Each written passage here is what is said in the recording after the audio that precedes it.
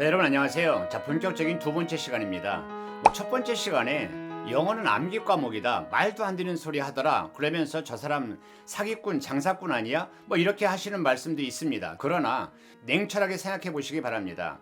자, 오늘은 무슨 얘기냐면 영어에는 골든타임이 있다라고 말씀드립니다. 물론 여러분이 평생 영어를 생각했을 때는 만약에 유학을 가기 위해 토플을 준비한다, 그럼 토플 준비 1, 2년이 어떻게 보면 골든타임입니다. 여러분이 IELTS나 그 다음에 토익을 준비한다, 시험 직전 2, 3년이 골든타임이 되겠죠. 그렇다면은 여러분 입시 영어에서도 반드시 골든타임이 있는데, 이 부분은 어느 책에 나와 있는 것도 아니고요, 어떤 기사를 읽은 것도 아니고 제가 만들어낸 단어입니다. 어떤 얘기냐면 영어의 골든타임은 언제냐면, 어떤 분은 이렇게 말씀하시죠. 고등학교 1, 2, 3학년이다. 천만의 말씀입니다. 고등학교 때는요, 중학교 때까지 공부해 놓은 것을 가지고 여러분의 실력을 시험지를 통하여 드러내는 과정이라고 보시면 됩니다. 그럼 이렇게 생각하시겠죠? 네, 이제 공교육의 시험이 시작되는 중학교 2학년, 3학년이다. 아닙니다. 여러분, 그것은 내신을 위해서 집중하는 시간으로 보았을 때는 골든타임입니다. 그러나 여러분이 수능 대비를 위해서 큰 거시안을 가질 때는 절대 골든타임이 아니고요, 아주 불편한 시간입니다. 그럼 언제가 여러분 골든타임입니까? 한번 여러분 생각해 보셨습니까? 네, 맞습니다. 초등학교 5학년, 6학년, 중학교 1학년 이 3년이 여러분 입시 영어에 있어서는 분명한 골든타임입니다. 왜 그러냐면요, 중학교 2학년만 돼도 학부모님들이 이제 학교 영어에서 본격적인 시험이 시작되니까 모든 그동안 상승곡선을 통하여 올라갔던 입시 영어를 다 내려놓습니다. 그리고요, 무조건 그냥 내신 영어 1등급, A등급에 대해서 목숨을 겁니다. 그런데 여러분 아시죠? 특목고를 준비하는 학생이 아니라면 중학교 내신은 그렇게 중요하지 않다라는 것이죠. 그러다 보니까 초등학교 1학년, 2학년, 3학년부터 꾸준히 상승 곡선을 하면서 레벨업 하던 학생들이 중학교 2학년 학교 영어 시험이 시작되면서 모든 성장 곡선을 끊어버리고 잘라버리고 그때부터 내신 영어에 집중을 하게 되더라는 것이죠.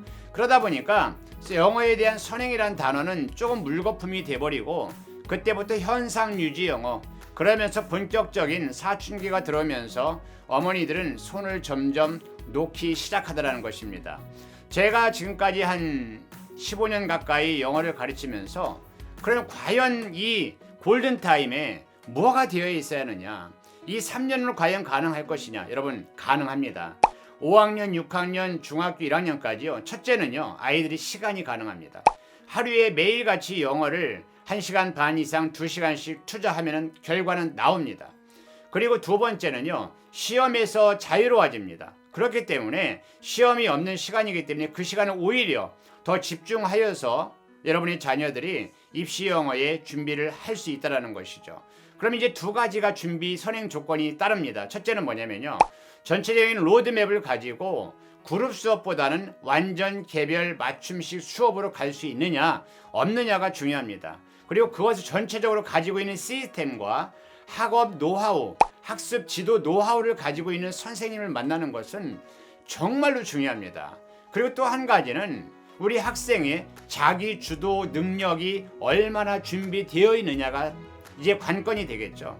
이렇게 이 세 가지 골든타임을 알 수 있고, 그다음에 골든타임에 맞는 완전 개별 맞춤식을 해줄 수 있는 선생님과 시스템, 프로그램을 만나느냐, 세 번째는 학생이 거기에 따라올 수 있는 자기 주도 능력, 통합 이해 능력, 메타인지 능력이 되어 있느냐에 따라서 결과는 조금씩 틀려집니다. 그런데 제가 지금까지 해보니까 6학년 말, 중학교 1학년 말까지 열심히 한 4, 5년만 한 친구들은요, 거의 중학교 1학년까지 고등학교 1학년 1등급 정도는 하더란 얘기죠.